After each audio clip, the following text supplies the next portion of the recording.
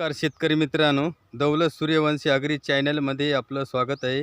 शेतकरी मित्रांनो, आपण आज अशा एक तेलवर्गीय पिकाकडची माहिती बघू की कशा प्रकारे आपल्याला उन्हाळा आणि रब्बी हंगामामध्ये याचं उत्पन्न घेतले जाते. ते कोणतं पीक आहे या व्हिडिओच्या माध्यमामधून बघू.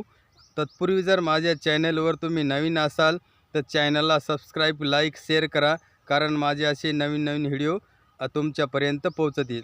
तर शेतकरी मित्रांनो, आपण सध्या एक तेलवर्गीय पीक म्हणजे सूर्यफूल. हे सूर्यफूलचे जे हे तेलवर्गीय पीक असल्यामुळं हे दोन्ही हंगामामध्ये घेता येते. उन्हाळी बी लागवड करता येते आणि रब्बी हंगामामध्ये खूप मोठ्या प्रमाणामध्ये याची लागवड केली जाते. तर शेतकरी मित्रांनो, हा जे पीक आहे, हे पीक शेतकऱ्याला खूप उत्पन्न देणार आहे आणि विशेष करून हे तेलवर्गीय पीक आहे.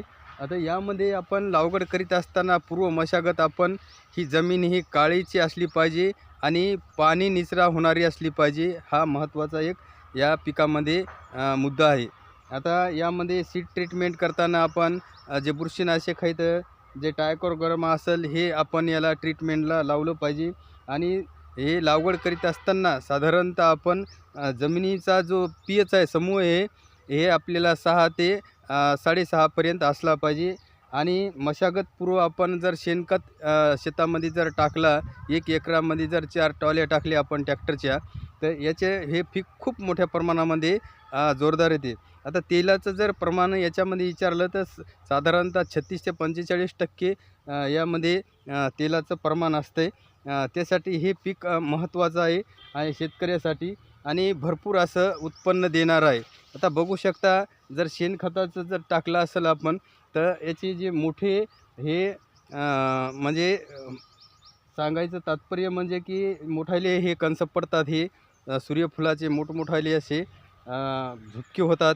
ह्या माध्यमामधून आपल्याला उत्पन्न भरपूर येते. त्यासाठी जमिनीमध्ये शेणखत टाकणं, त्याचा समूह हा पीएच बरोबर राहतो, त्यासाठी हे करणं मशागतपूर्व आहे. आणि 2-3 कोळपणे करायचे आपल्याला. या माध्यमामधून हा पीक घेता येते. तर याचं जे उत्पन्न आहे हे हे तेलवर्गीय पिकामध्ये हे दोन्ही हंगामामध्ये येते.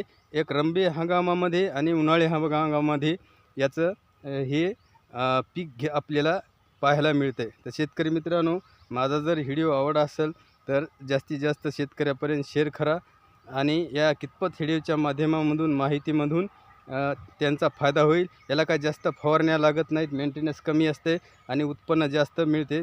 त्यासाठी हे पीक खूप महत्त्वाचं आहे शेतकऱ्यासाठी. आपण या पिकाची साधारणतः उन्हाळा हंगामासाठी पेरणी करू शकता. तोपर्यंत भेटू नेक्स्ट व्हिडिओमध्ये. धन्यवाद.